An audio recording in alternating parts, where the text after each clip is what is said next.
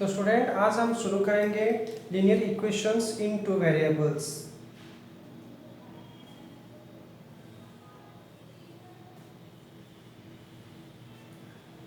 Two variables. तो सबसे पहले जानते हैं कि लीनियर इक्वेशन क्या है। हम लोग ये बोल सकते हैं कि लीनियर इक्वेशन वो है जिसका डिग्री 1 होता है। डिग्री 1, डिग्री का मतलब होता है हाईएस्ट पावर।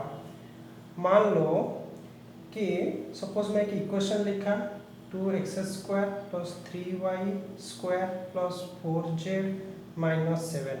तो इसमें हम लोग देख पा रहे हैं कि ये इसका हाईएस्ट पावर 2 ही है।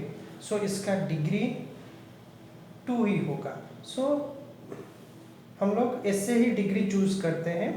लेकिन अगर एक लीनियर इक्वेशन मतलब डिग्री 1 वाला लेंगे तो ये हो सकता है x plus 7 is equal to 0 और x plus y is equal to 3। इसका हाईएस्ट पावर 1 ही है। तो ये केस में हम लोग ये बोलेंगे कि ये दोनों ही एक लीनियर इक्वेशन है। ये दोनों ही लीनियर इक्वेशन है।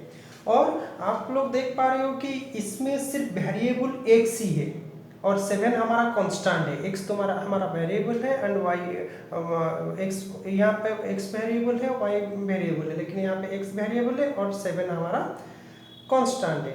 तो इसके फर्स्ट केस में हम लोग देख रहे हैं एक ही वेरिएबल है, एक ही वेरिएबल है मतलब जो कि वेरी कर सकता है। इसमें लेकिन दो वेरिएबल है, ये पहला वेरिएबल है और ये दूसरा वेरिएबल है।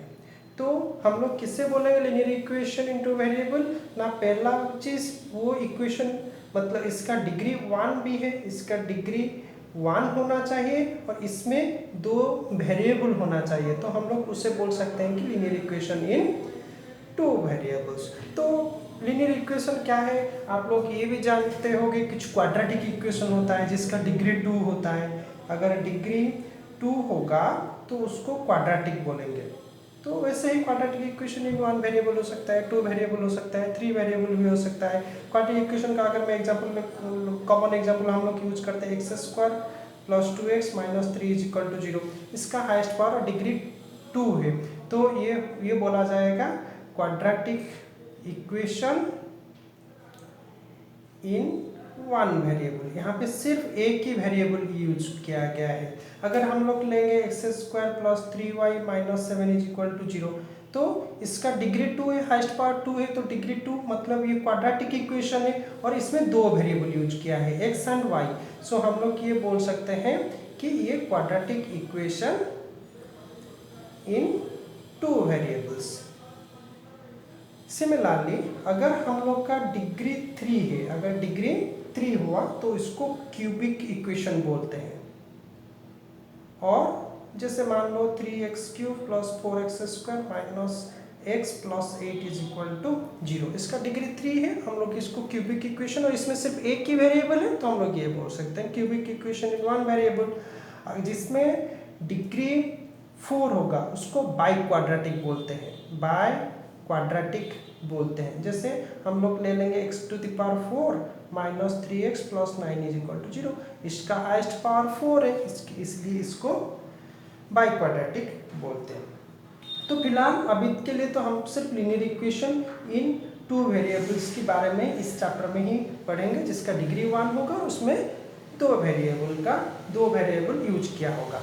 तो पहले जानते हैं हमारा इस चैप्टर में, इस linear equation into variable chapter में हम लोग कौन सा एक फॉर्मेट हम लोग यूज करेंगे। वो फॉर्मेट है आपका ax plus by plus c is equal to 0, जहाँ पे a और b को ये दोनों को कोएफिशिएंट बोला जाएगा। a किसका coefficient? a is the coefficient of x के पास जो रहेगा उसको हमेशा a बोला जाएगा, चाहे वो कहीं पे भी हो।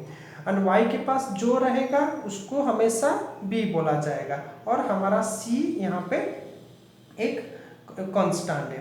तो तो हमारा लीनियर इक्वेशन ये 2 वेरिएबल ये हमारा फॉर्मेट है। मतलब कभी कभी इक्वेशन में जैसे हम लोग यहाँ देख सकते हैं कि x plus y is equal to 3 दिया गया, तो आप उसको सॉल्व करने से पहले हमेशा 3 को लेफ्ट साइड ले आना। तो ये हो जाएगा obviously x plus y is equal to -3, तो आपका आ जाएगा ए बी सी। तो हम लोग पहले इसको कर लेते हैं, देखते हैं। क्वेश्चन दिया गया x plus is equal to 3। चलिए इसमें से हम लोग कोफिशिएंट निकालते हैं और कांस्टेंट को निकालते हैं। तो हमारा पहला स्टेप का काम क्या होगा, मतलब हम लोग 3 को लेफ्ट साइड ले आएंगे, x plus y -3 is equal to 0। तो फिर क्या हो जाएगा, आपका a का वैल्यू 1 आ जाएगा, क्योंकि x के पास ये 1 ही है और y के पास भी 1 है, एंड c यहाँ पे b इज इक्वल टू 1 और c इज इक्वल टू आपका -3 आ जाएगा। These are the coefficient, a and b coefficient, 3 is the constant. तो चलो हम लोग इसमें से चलो एग्जांपल 1 कर लेते हैं। हमारा एग्जांपल 1 में क्या दिया गया ना, एग्जांपल 1 का फर्स्ट बिट दिया गया 2x plus 3y is equal to 4.37। तो हमारा पहला काम है इसमें ये सी का पार्ट को लेफ्ट साइड ले आना। 2x plus 3y minus 4.37 is equal to 0। तो हमारा a हो गया 2, x के पास 2 है, एंड b हो गया 3 एंड c हो गया -4.37। चलो सिमिलरली हम लोग वैसे ही सेकंड बिट को भी सॉल्व कर लेते हैं। इसका सेकंड बिट क्या क्वेश्चन क्या था ना, x minus 4 is equal to √3y। हमेशा हम लोग प्लेसमेंट अगर अच्छा रखेंगे तो हम लोग को किसी भी चीज़ में दिक्कत नहीं होगा। जैसे x के पास जनरली हम लोग y रखते हैं, क्योंकि हमारा फॉर्मेट बोलता है x plus b y is equal to x plus b y minus c is equal to 0, और हम लोग इसीलिए y को लेफ्ट साइड ले आएंगे। तो ये x ये y इधर आएगा तो -√3y, और -4 ऑलरेडी है तो दिस इज इक्वल टू 0 हो जाएगा। तो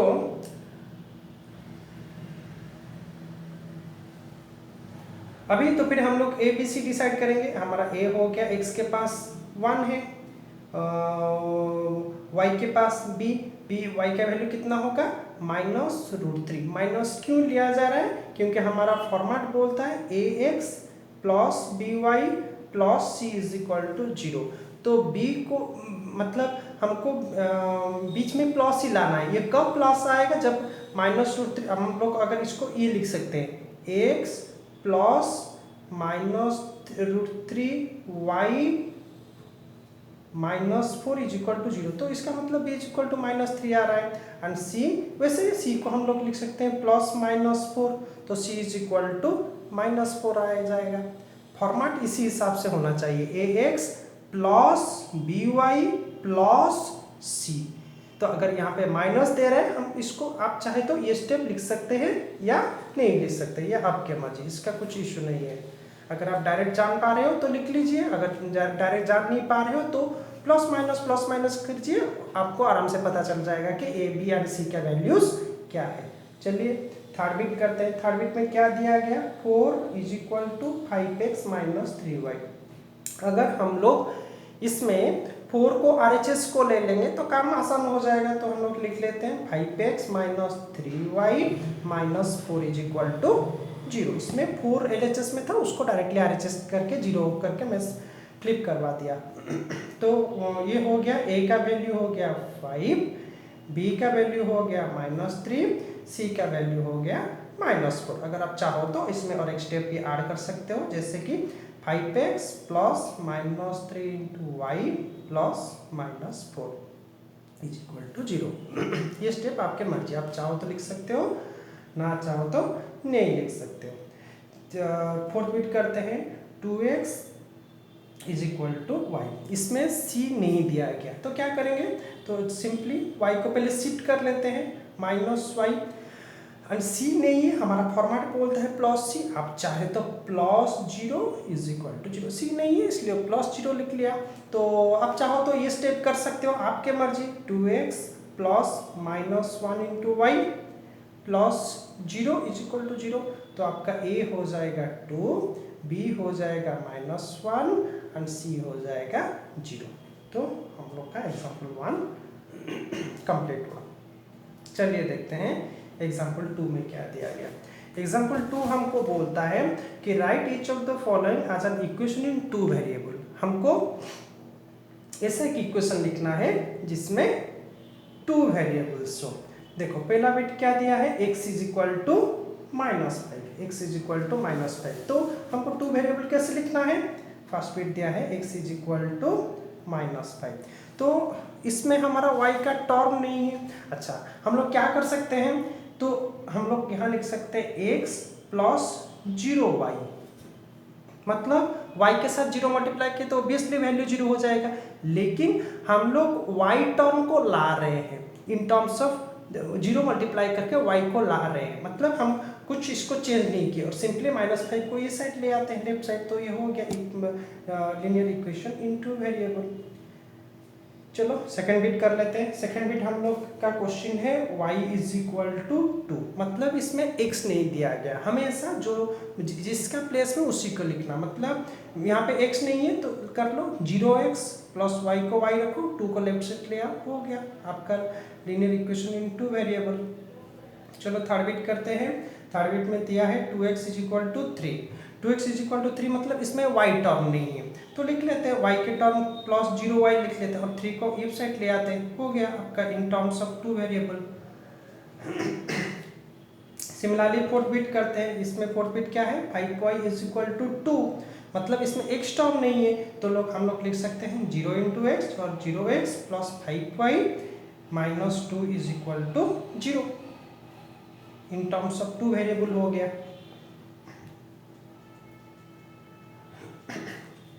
चलिए शुरू करते हैं एक्सरसाइज 4.1। अच्छा एक्सरसाइज 4.1 का क्या दिया गया है, the cost of a notebook is twice the cost of a pen, write a linear equation in 2 variable to represent the statement. तो यहाँ पे हमको 2 चीज दिया गया, एक है नोटबुक और एक है पेन। तो चलो शुरू करते हैं। 2 वेरिएबल्स 2 थिंग्स, एक को x ले लेते हैं दूसरे को y ले लेते हैं। Let the cost of a notebook be ₹x and let the cost of a pen be ₹y। Notebook का कॉस्ट को x ले लेते हैं, पेन का कॉस्ट को y ले लेते हैं। तो क्या दिया गया है, अकॉर्डिंग टू द क्वेश्चन, हमारा क्वेश्चन क्या कहता है ना, the cost of a notebook. अच्छा the cost of a notebook, cost of the notebook क्या लिए हैं हम लोग, x, तो लिख लेते हैं x। उसके बाद दिया गया ईच, इंग्लिश का जितना भी वर्ब है, ईच, आम, आर, वाच, वेयर, जितने भी वर्ब है उसका मतलब मैथमेटिक्स में इक्वल टू होता है। ईच का मतलब यहाँ पे इक्वल टू, वाच, वेयर जो भी दिया होगा इसका मतलब जितना भी वर्ब है उसका मतलब मैथमेटिक्स में इक्वल टू होता है। उसके बाद आता है ट्वाइस, ट्वाइस मतलब 2 इंटू, अगर दिया होता 3 हम लोग करते 3 इंटू, अगर दिया होता 4 टाइम्स हम लोग करते 4 इंटू, अगर दिया होता 5 टाइम्स हम लोग करते 5 इंटू, लेकिन दिया गया ट्वाइस, सो किए हम लोग 2 इंटू। तो cost of a pen, cost of the pen दिया गया y, तो ये हो गया हमारा लीनियर इक्वेशन। उसको जनरल फॉर्म में लिख दो, तो x is equal to 2y हुआ, हम लोग लिख सकते हैं x minus 2y is equal to 0। आप यहाँ पे प्लस 0 भी लिख सकते हैं, नहीं लिखने से कोई दिक्कत नहीं। तो ये हो गया हमारा x माइनस 2y। वो क्वेश्चन पूछ रहे हैं write the linear equation in 2 variable represent the statement. तो हो गया हमारा x minus 2y is equal to 0।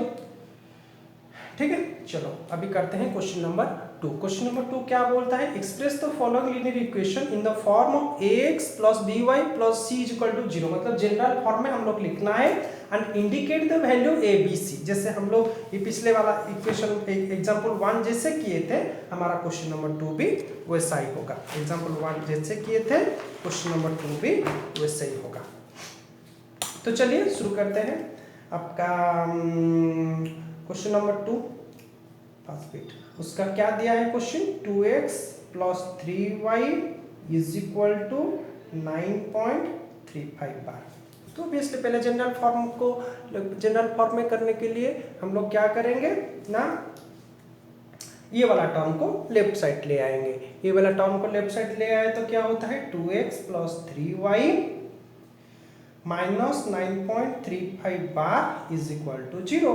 That implies हम लोग चाहे तो वो मैं जो बोला था इसको प्लस करके अगर आप चाहो तो कर सकते हो। कैसे करोगे ना 2x plus 3y plus minus 9.35 bar is equal to 0। This is your additional. आप चाहो तो कर सकते हो, नहीं चाहो तो छोड़ सकते हो, डायरेक्ट कर सकते हो, बहुत अच्छी बात है। ये is equal to 2, b is equal to 3 and c is equal to minus 9.35 bar.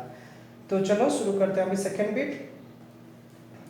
Second bit में क्या है x minus 5 y by 5 minus 10 is equal to 0। तो ऑलरेडी इसका सारा टर्म्स लेफ्ट साइड में है, इसमें कुछ दिक्कत नहीं है। अच्छा, अगर आप जान नहीं पा रहे हो तो इसको ऐसे कर सकते हो।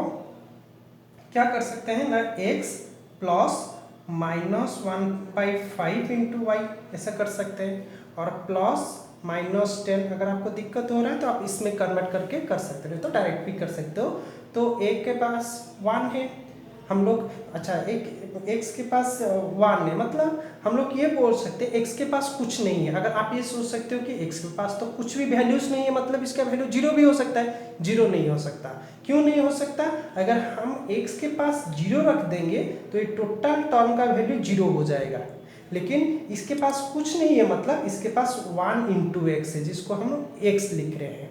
तो इसलिए हमारा x के पास यहाँ पे खाली मतलब कुछ नहीं है, मतलब इसके साथ 1 मल्टीप्लाइड होके है, जिसका मतलब ये है कि हम लोग, तुम चाहो ऐसा लिख सकते हो 1 इंटू एक्स लिख सकते हो, कोई दिक्कत नहीं। मतलब x a is equal to 1, b is equal to minus 1/5 and c is equal to minus 10। चलो शुरू करते हैं अभी थर्ड बिट। थर्ड बिट दिया गया है minus 2x plus 3y is equal to 6। हम लोग 6 को इस साइड ले आते हैं, तो हम लोग ये लिख सकते हैं कि minus 2 into x plus 3y minus 6 is equal to 0। आप चाहो तो इसको प्लस में भी कन्वर्ट कर सकते हो, minus 2 into x plus 3y plus minus 6 is equal to 0। तो a हो जाएगा -2, b हो जाएगा 3 एंड c हो जाएगा -6। चलो फोर्थ बिट कर लेते हैं। x is equal to 3y, तो ले आते हैं लेफ्ट साइड को। x minus 3y plus 0 is equal to 0। आप चाहे तो यहाँ पे 1 इंटू एक्स लग सकते हो, कोई दिक्कत नहीं। तो 1 इंटू एक्स माइनस 3y, आप इसको प्लस -3 करके भी लिख सकते हो, and plus 0 is equal to 0। तो a हो गया 1, b हो गया -3 एंड c हो गया 0। इस तरह हम लोग फिफ्थ बिट भी कर लेते हैं। इसका फिफ्थ बिट क्या है ना 2x is equal to -5y। Simply -5y को लेफ्ट साइड ले आएंगे। 2x plus 5y plus 0 is equal to 0। इसमें कुछ दिक्कत नहीं है। a is equal to 2, b is equal to 5 and c is equal to 0। Six bit कैसे करेंगे ना 3x plus 3x plus 2 is equal to 0। इसमें y टर्म नहीं है। अगर y टर्म नहीं है तो हम लोग 0 y लिखेंगे, जैसे कि हम लोग एग्जाम्पल 2 में किए थे। तो हम लोग पहले फॉर्मेट को चेंज करते हैं। 3x plus 0y plus 2 is equal to 0। तो तुम्हारा a हो जाएगा 3, b हो जाएगा 0 एंड c हो जाएगा 2। सिमिलरली 7th बिट को करते हैं। y minus 2 is equal to 0। इसमें x नहीं है तो हम लोग सिंपली ऐड करेंगे 0x plus y plus -2 is equal to 0। हम लोग ये कर सकते हैं a is equal to 0, b के पास कुछ नहीं है, हम लोग 1 इंटू वाई भी ले सकते हैं। b is equal to 1 and c is equal to -2। चलिए करते हैं 8 बिट। इसमें दिया गया 5 इज इक्वल टू 2x। तो एक काम करते हैं, 5 को वो साइड ले लेते हैं, 2x को ये साइड लेने से भी कुछ दिक्कत नहीं है, कुछ इशू नहीं होगा, सेम ही होगा। 5 को वो साइड लेने से x थोड़ा पॉजिटिव रहेगा, इसलिए वो साइड को लिया जा रहा है। तो पहले लिख लेते हैं 2x minus 5 is equal to 0। अभी इसमें y नहीं है तो डालते हैं, तो 2x plus 0y minus 5 is equal to 0। फिर 5 माइनस आ गया, उसको प्लस करते हैं, 2x plus 0y plus minus 5 is equal to 0। ये स्टेप एडिशनल है, आप कर सकते हो, आप नहीं भी कर सकते हो, उसमें कुछ इशू नहीं है। तो a is equal to 2, b is equal to 0 and c is equal to minus 5।